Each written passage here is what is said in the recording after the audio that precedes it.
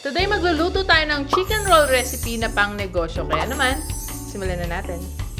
Unahin natin gawin na yung ating chicken. So, ipa-flatten natin siya. Meron ako ditong cling wrap or stretch wrap. Cover ko lang yan.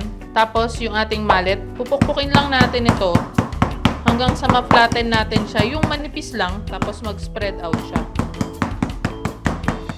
At ito na yung ating na-flatten na chicken breast. At ito pa yung iba. 1 kilo po yung ginawa ko. Tapos ngayon, syempre, lalasahan natin yan. Maglalagay ako dito ng half tablespoon ng salt, garlic powder, mga 1 teaspoon, white pepper, 1 teaspoon din.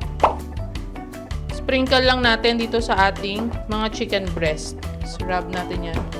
So, gawin lang natin sa iba, tapos set aside natin. Next naman na gagawin natin, magbablanch tayo ng spinach. Kaya nagpakulo ako dito ng tubig. Lalagyan ko siya ng asin para meron ng lasa syempre. Tapos ilalagay ko na yung ating spinach. So itong pag-blanch natin ng spinach, mga 5 to 10 seconds lang. Ayan, ahon na natin agad. Tapos may prepare din kami dito na ice bath para matanggal yung kanyang carry-over cooking. Ito na yung ating spinach. Ngayon naman, hihiwain natin ito. Slice lang natin. Ngayon naman, magsosote tayo. So, meron ako ditong 1/8 cup ng unsalted butter. So, melt ko lang yan. So, lalagay ko na yung 2 chop ng white onions, medium size.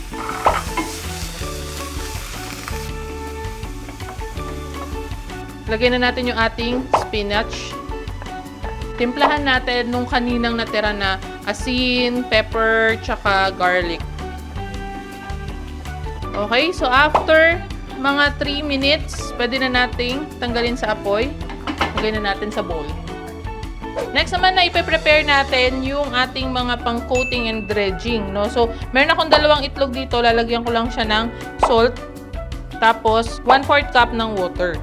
Pwede na natin tong ilagay sa malaking bowl. Ayan. Kasi dito rin naman tayo mag-dip mamaya. Set aside muna natin yan. Next naman, yung ating flour. Lalagyan lang natin yan ng chicken powder, kahit pinch lang. Haluin lang natin yan. Next, yung ating breadcrumbs. Again, pwede natin lagyan ng chicken powder din para may lasa lang. No? Haluin lang natin yan. Then, transfer natin to sa tray para madali tayong mag-roll. Next na gagawin natin ay magro-roll na tayo. Kaya ito na yung ating chicken fillet. Ngayon, lalagyan natin siya ng sliced cheese. Pwede naman na yung cheddar cheese, hatiin mo na lang.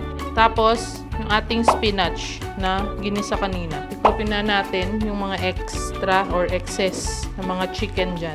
And then, gamit yung ating stretch wrap or cling wrap, i-roll natin siya. Medyo diin na natin para may pressure, para mag-form na siya. Roll lang natin dito. Ipitin natin yung magkabilang gilid ng cling wrap. Roll lang natin. Ito na yung mga nagawa ko. So, ito i-rest natin for 15 to 30 minutes. So, after 30 minutes na ni-rest natin yung ating chicken roll, ngayon tatanggalin na natin siya sa cling wrap. So, ayan o, hindi na natin kailangan mag-toothpick.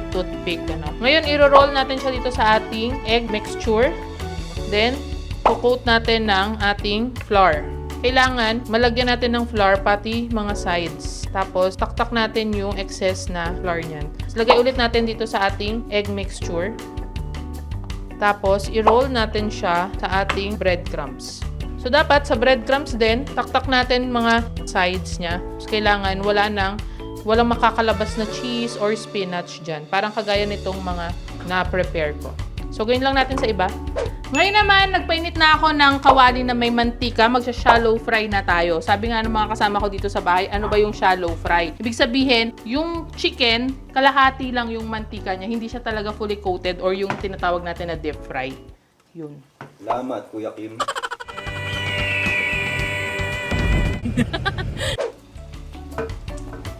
Yan. Lutuin lang natin yan hanggang mag-golden brown.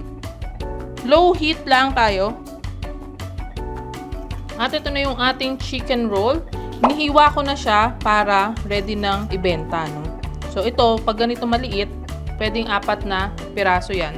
Para sa packaging natin, pwede tayong gumamit ng microwavable tub na 500 ml. So para sa isang microwavable tub, pwedeng 2 chicken rolls yung ilagay natin dito.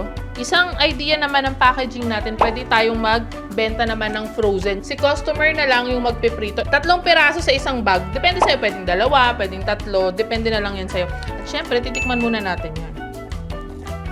Para sa mga gusto ng healthy, pero gusto pa rin ng masarap na meat, pwede nating i-offer tong ating chicken roll kasi spinach, healthy yan. Tapos may white onion, tapos breast yung chicken natin na ginamit dito. Nakagawa ako dito, sabi ko nga, sa 1 kilong chicken breast, makagawa ako ng 10 roll dito. Depende na lang kasi kapag malalaki yung chicken breast natin, pwede nating hatiin into 2. Tapos ibalanse mo na lang dito sa microwavable tab kung ilan yung ilalagay mo dito or ilang hiwa, no? Kaya ang puhunan ko dito ay 289 pesos kasama yung microwavable tab. Supposedly, kung ibebenta natin ng luto kasama yung mantika at microwavable tab, mas malilesen yan kapag frozen, syempre mas mura, no? Pwede nating maibenta ito, magre-range ng 90 pesos up to 120 pesos ang isang microwavable tab. Kaya naman, ang pwede nating tubuin or kitain dito ay magre-range naman ng 161 pesos up to 311 pesos. Sobrang sulit at syempre ang sarap nitong bagong chicken rolls recipe natin. Kaya kung naging helpful sa itong video na to, i-check mo naman yung ating chicken cordon bleu recipe with sauce yan